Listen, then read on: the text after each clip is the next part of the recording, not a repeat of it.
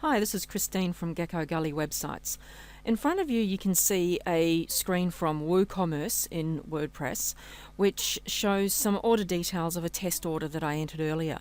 I just want to show you how you can customize this screen.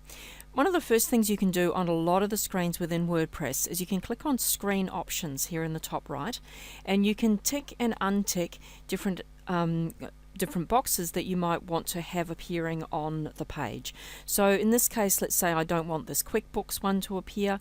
I can untick that and it's gone. Okay, but let's assume for this exercise that we do want to have all the boxes appearing. Okay, so we'll just click Screen Options to close it. We can also say one column or two, so we can go one and then it's a big wide column like that, or we can say two and we'll have one wide, a wide-ish one, and one narrow one.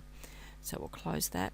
Now the other thing we can do is we can actually open and close some of these boxes. So to close a box, we move the mouse over the heading and you'll see a down arrow appears to the right of the heading.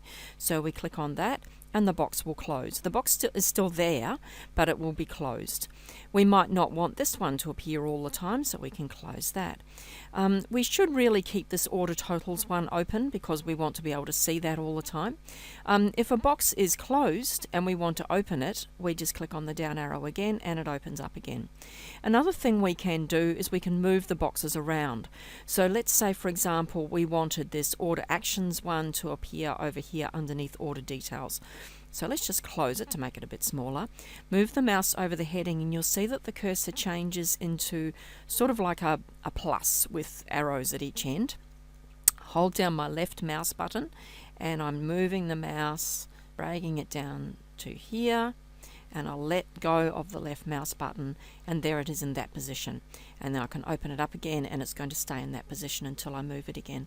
So basically, just to recap, you can completely turn off any of the areas of the order screen or a lot of other screens within WordPress. You can do the same thing. You can completely turn them off by clicking on Screen Options. You can change the number of columns.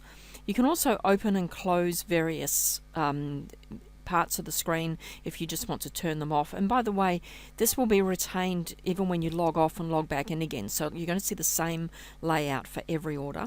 And you can also move the boxes around on the screen so that you can change the layout of the screen. So I hope that helps to make things a little bit easier for you. So yeah.